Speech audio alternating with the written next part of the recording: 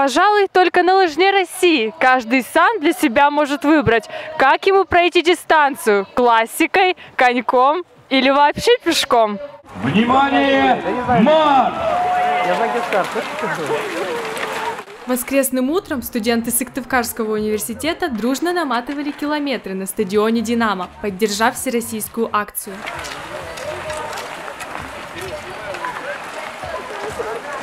Традиционно состав участников разнообразен. На лыжи встали и дети, и их родители, и люди пожилого возраста. Длинную дистанцию также прошли и военные, не оставшиеся в стороне от спорта. Свежий воздух, здесь хорошая атмосфера, здесь много знакомых. Очень понравилось кататься на лыжах.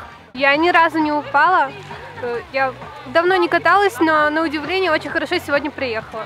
Участникам забега предложили проехать на выбор от 500 метров до 15 километров. Большей популярностью пользовались средние дистанции. Наши студенты, конечно, привыкли преодолевать немалые расстояния по пути на занятия, но не настолько, чтобы пройти пешком до Эжвы. Да и в лесу блуждать никому не хотелось. Ну что, Прокопий, не жалко было тратить воскресное утро на лыжи России?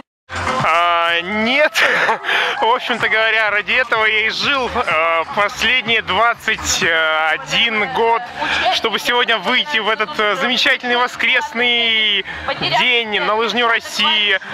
Последний раз на лыжне России я был в Ухте, в Сыктывкаре я на лыжне России первый раз, но здесь тоже так чистенько, неплохо, мне нравится. В этих соревнованиях не было ни первого места, ни последнего. Как говорится, главное не победа, а участие.